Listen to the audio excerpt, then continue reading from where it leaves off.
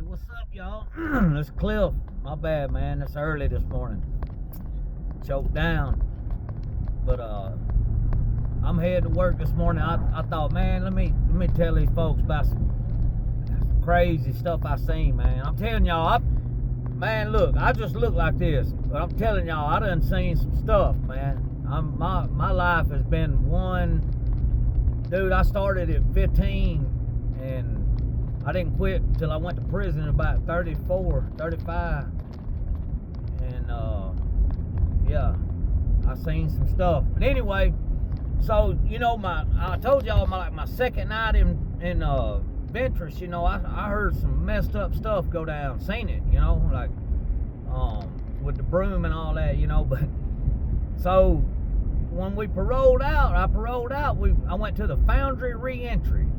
And then they also had a Foundry that was just a regular, for like regular rehab people. And it was a 1-year program, but the place I was at was only 6 months. And so the first day we get there, for some reason, they didn't have 8 beds open. And they had like 8 of us that didn't have, you know, it was supposed to be 2 to a room. Well, they wasn't 8 beds open. So they sent us down to the other Foundry, to the year-long part, and they had this one room that had a bunch of down bunk beds and stuff in it, and they put us in there for like 2 nights or 1 night it was supposed to be or something. And there was this dude, man, and he had been, they said like he had been blowing them up, calling every day, you know, hey man, y'all gonna get me in your program? And so anyway, he finally made parole, and they got him in there, and the first, I mean, we ain't even all been there just a couple of hours, and I guess he run into another dude that got out that he knew, and this first day we at the reentry now, we already had to go check in with a parole and all that. So that night, we down there all in them bunk beds, and they on the phone, and yet we wasn't supposed to have a phone for like the first 30 days or something. But anyway, they had the phone, and they, the dude called up his girlfriend, ex-girlfriend something, and she was coming down there to get him and the other dude, and they was gonna go get high. Cause he, you know, he was on the phone, he was like, you already got the dope and everything? She was like, yeah. So we all lay in there, and I'm thinking to myself like, and what they did was, see, at 10 o'clock at night, the Foundry would lock the doors and cut the alarm on. Well, these geniuses, they said, hey man, I went down there, because they had an old rock wall. It was an old rock building. They said, man, I went down there and I left one of them windows open, so that way when they cut the alarms on, that window will be open, and we'll just crawl out the window, we'll be straight. Now I'm laying there thinking to myself, like, this don't sound good. Like, y'all just made this plan up in like an hour or two. Like, this y'all ain't thought this out too well. So anyway, 10 o'clock rolls around, they're like, all right, let's wait a minute, you know.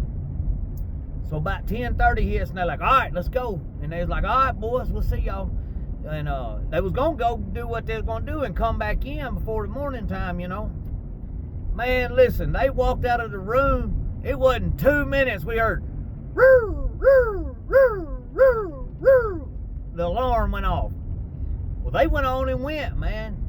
And man, the next morning, the director called everybody that was in that room, made us all come down there and take a drug test and everything, man. Like, and they was trying to like blame us, and you know, we was like, look, man, it ain't our motherfucking place to come down here and have to tell you what's going on. Like, no, you know, like, they chose what they chose, and you know, you kicked them out, so that's all, you know.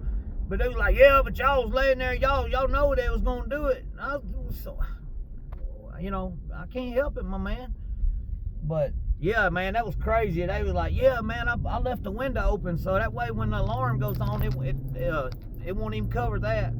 Man, I'm talking about as soon as they walked out of the room, that alarm went off, and I was like, yeah, buddy.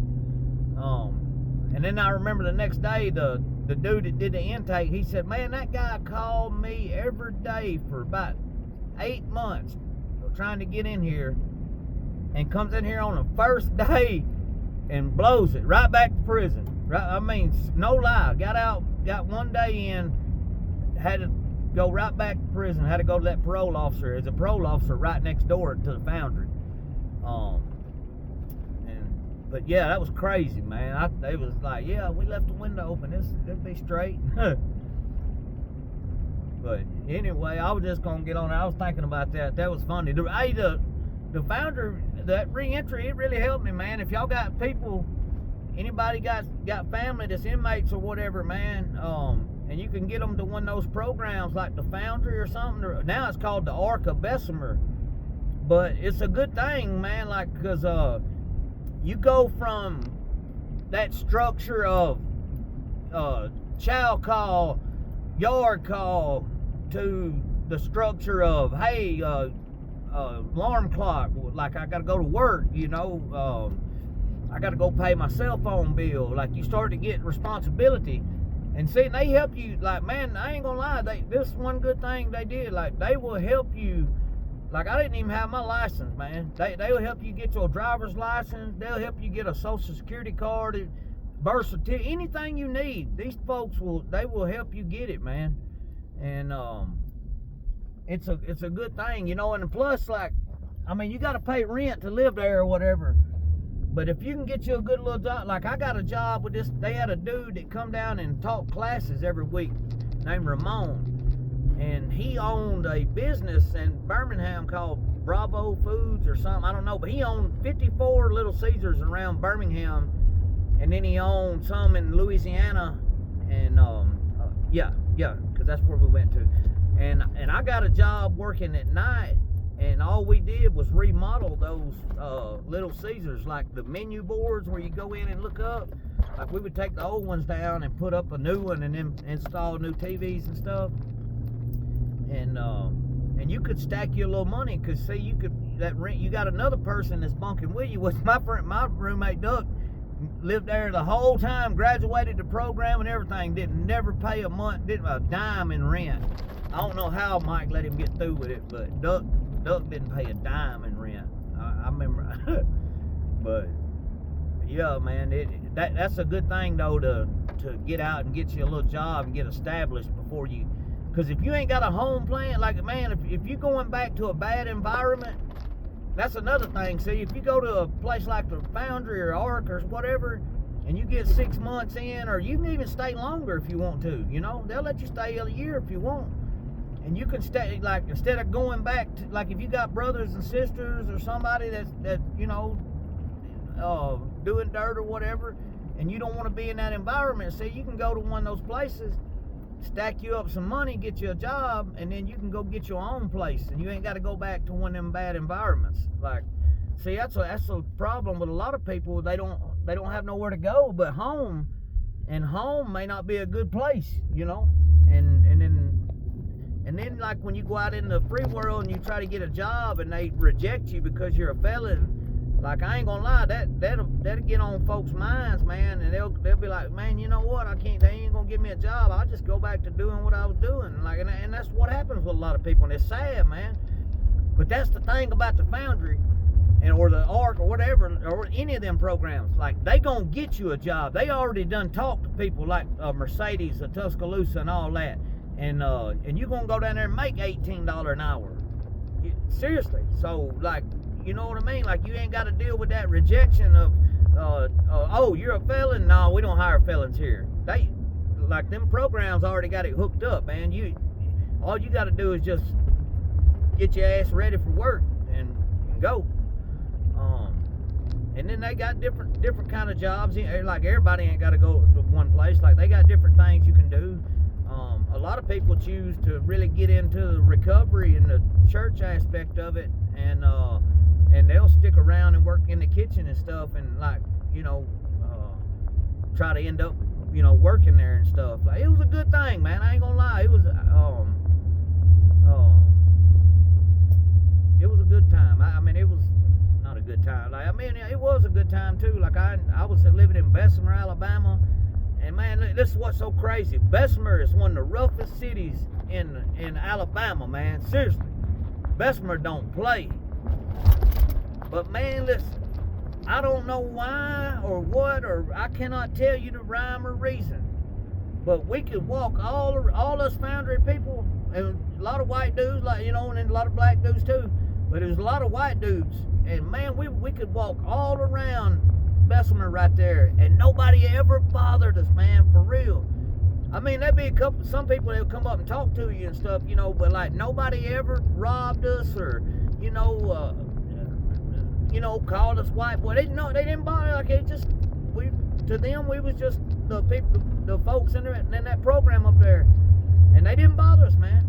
Like, it was all right. Like, you be walking through Bessemer, walking down to the Family Dollar on the corner across from the little grocery store, across from Chalet's barber shop, and you'll hear pow, pow, pow, pow, and nobody, you know, most of the time people will start ducking and stuff. Not in Bessemer. That's just like firecrackers going off. I mean, they're like, damn, they shooting over there. I mean, I remember we had a class at the parole building one night. We were standing out there waiting to get in. It was kind of cold, you know. We were standing around like, damn, man, come on, open this door. And it was about 3 or 4 minutes before they was going to open the door. And right down in the block behind us, we heard them let off, pow, pow, pow, pow, pow, pow, pow. The damn parole officer opens the door. Now, he got a strap and everything, badge on. And he was like, hey, man, y'all come on, get in here. They out there shooting. Like, I mean, just like it wasn't nothing. Just, you know, like another day in Bessemer. You didn't call the police or nothing. Just, y'all come on, get in here. They shooting down there. And I was like, man. But yeah, they was cool with us, and never, ever, man, did they mess with us. Not what I seen. And I was there a whole 6 months, man. They didn't bother nobody. It was a good thing. And if you got some people out there, man, y'all reach out to Scott Fry of the Ark of Bessemer. And I think they still got that program going, man. It gives you some freedom, and you can get weekend passes, and you can see your girl, you can see your kids. They can come see you. Like I said, you can get your money up. They get you a driver's license. They'll help you get it all, man, for real. They'll take you and get you a driver's license and put you to work driving a van. Seriously, man. Let you live rent-free, drive a van on, you know what I mean? So, it's a good thing for people to adjust back into society, especially people that done a lot of time, you know? You know, I only had a 10-year sentence, but if you had somebody that's got 30 or 40 years and they done did 20-something, 25 years, you know, it helps them out a lot more than it, you know.